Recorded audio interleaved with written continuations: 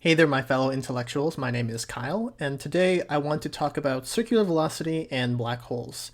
Now, I wanted to do this because I wanted to make a video on circular velocity originally, but then I realized I could apply it to something that is very interesting and near to my heart because I do black hole mass measurement research, so where I look at the orbits of stuff around black holes outside of the Milky Way, and we use that information to try and make an estimate of the black hole mass. And circular velocity is at the heart of all of this. And so I thought it'd be a very cool way to apply the formula that I will derive for you. So let's go ahead and try and do the derivation, where I have this idealized scenario where we have a black hole at the center of some galaxy, and we have some object with mass little m. Little m could be, a planet, could be a star, could be a gas cloud, whatever. But it's traveling in a perfect circle at a distance of the radius of the circle from the black hole. This is a very idealized scenario, and often, I'd say most of the time, it's never truly the case. Like even in the case where we think of like the Earth going around the sun, or the moon going around the Earth, it's not perfect circles. These are actually ellipses, and even though this is a very hypothetical idealized scenario, it's still a very important concept that is helpful for making estimates of masses. So where do we begin to derive the circular velocity? Well, we start with Newton's law, F equals ma. But we know that from Newtonian mechanics that the acceleration for something in a circle is just mv squared divided by r. So v squared over r is what the acceleration is in a circular, orbiting system. So the object is accelerating with acceleration v squared divided by r. So that's just Newton's second law from basic Newtonian mechanics. But we also know that if we have two forces that are gravitationally interacting with each other, we know that it's equal to the formula given to us by Newton, which is just g, his gravitational constant, times the mass of one of the objects, so let's just say it's the black hole mass, times the mass of the other object, divided by the distance squared between them. So that's the famous inverse square law of gravity. And now what we're going to do is we're going to solve for v, which I've already written here as v circ. So actually, in theory, I should probably zoom back in here and give it a small little acronym, or an acronym subscript, sorry, v circ. And let's get this size back. And we're going to go ahead and solve for v circ.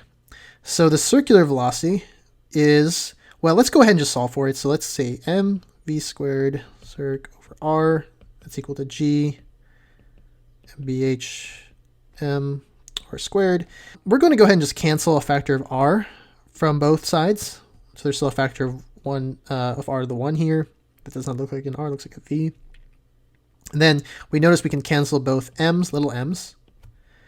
And we're left with this. We're left with v squared circ is equal to g, mass of the black hole, divided by r.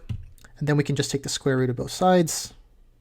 And we're left with v circ is equal to the square root of g, mass of the black hole, divided by r. So that is the derivation of circular velocity of something orbiting a massive object. It doesn't have to be the mass of the black hole. If it could be, the mass of the sun. If it's, if we're thinking about the Earth-Sun system, it could be the mass of the Earth if it's the Earth-Moon system, whatever. But that's the general formula for the circular velocity of something orbiting a massive object.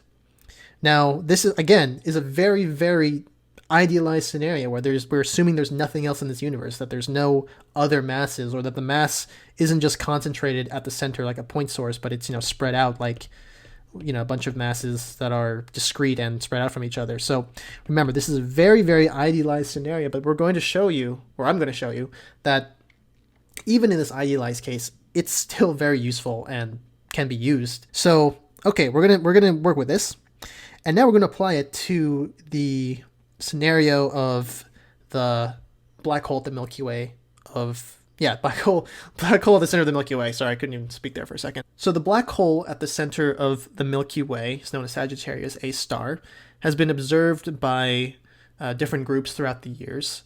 And the way that the mass of the black hole has been constrained is by mainly looking at the orbits of stars that are around the black hole. So there are teams out there that have used very powerful telescopes, such as the twin Keck telescopes, to look at the orbits of individual stars that are traveling in elliptical orbits around Sagittarius A star. And given those orbits, and given that they can estimate how fast the star is moving, how far it is from the center of the Milky Way, where the black hole is, they can work out how massive this black hole has to be.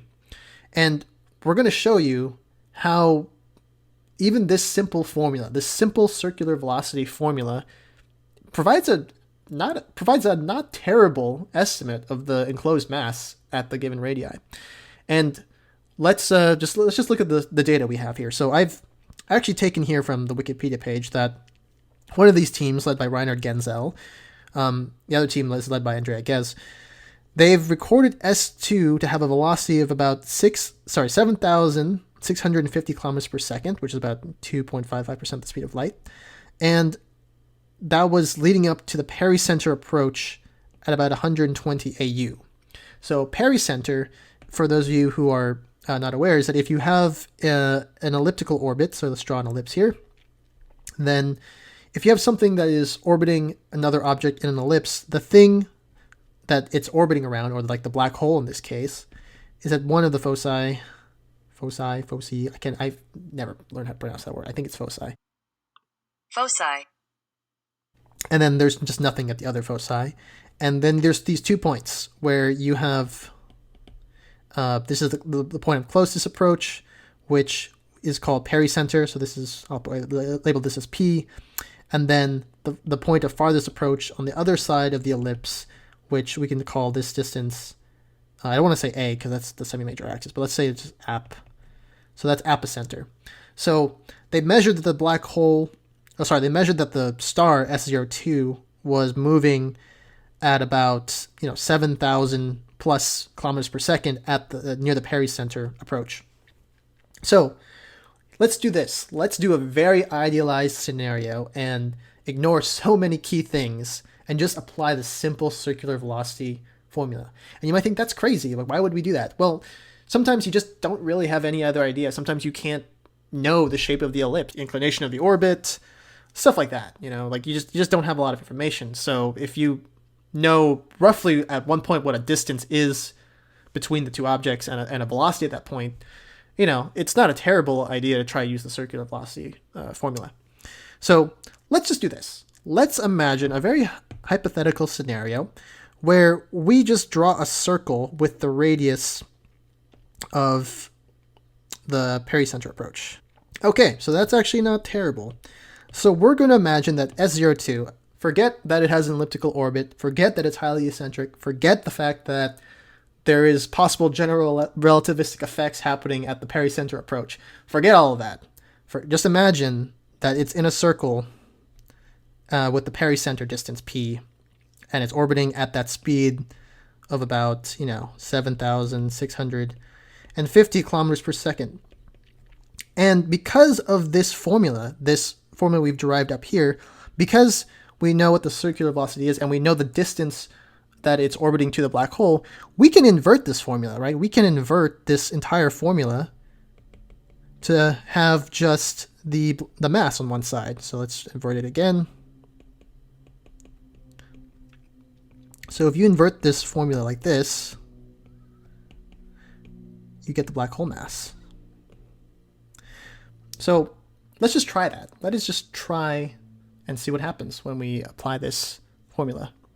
So, okay, a couple of things. We're going to have to know what the pericenter approach distance was. So the pericenter approach was about 120 AU, and we know that the circular velocity is about 7,650 kilometers per second. Now we need to transform this into a system of units that we can work with. And the system of units that I'm going to pick is that we're going to make the distances be in parsecs. We're going to make the velocities in kilometers per second. And that means G is going to take on the units of parsecs, kilometers per second squared, divided by solar mass. Now this is just something I've learned over, repeated usage, and G happens to have the value of 0.004302, which actually is approximately close to 1 divided by 233.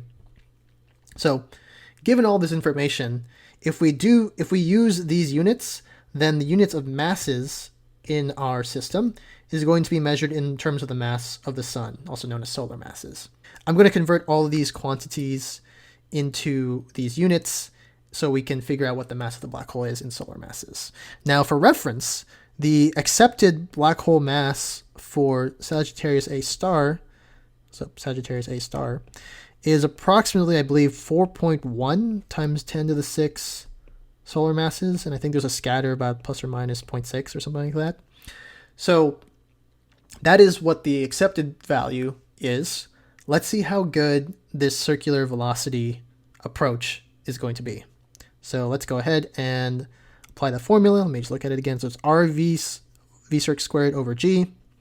So in this case, we're going to say the black hole mass is equal to P times V circular squared divided by G. Now P is in astronomical units, but I need it in parsecs. So there's a nice conversion factor that 1 parsec is equal to 206,265 astronomical units. That's just something, again, I've just known from doing a bunch of astronomical calculations. So everything else we have in the right units. So this is going to be in kilometers per second. G, I just told you, is going to be this. So let's work with it. So if we plug all these numbers in, let's say mass of the black hole is equal to, so P is 120 AU. We're going to convert that to parsecs. So we have AUs on the bottom here. So it's 265 AU in 1 parsec. We square the velocities here.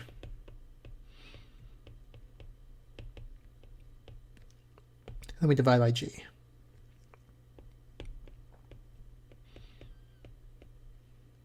And what was it? It was parsecs, kilometers per second squared over solar masses. Okay, so with all of this, we can now look at the units and let's cancel. So AU cancels with AU. This parsec cancels with that parsec. This kilometers per second squared cancels with this one.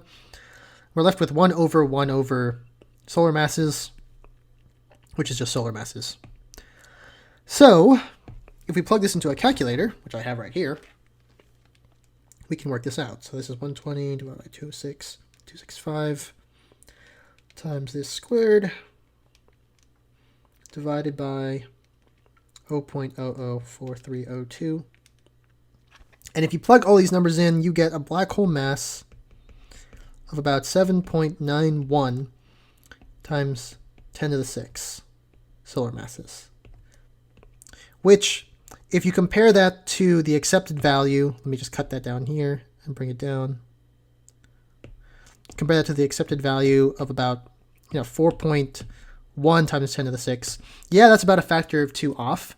But considering we've just used a very simple formula, that's not a terrible amount to be off by. We're still in the right order of magnitude. And we're doing about, 1/1 trillionth of the entire work that has gone into estimating the black hole mass to be this precise. And so, again, I just wanted to stress to you that we've just gotten the black hole mass to the right order of magnitude with this very simple formula, making a bunch of incorrect assumptions. And again, this is sort of how estimates are done and how back of the envelope calculations are done to sort of have a starting point that, okay, this is definitely bigger. That's going to be an upper limit. We know the black hole mass can't be any bigger than that. And then we have to somehow work our way down to a more acceptable value. And actually, 50% is not a terrible amount to be off by if you're talking about extragalactic black hole mass measurements in galaxies that are outside of the Milky Way, because the Milky Way has a special case where we live in the Milky Way and we're closer to the galactic center than we are to the centers of galaxies that are outside the Milky Way.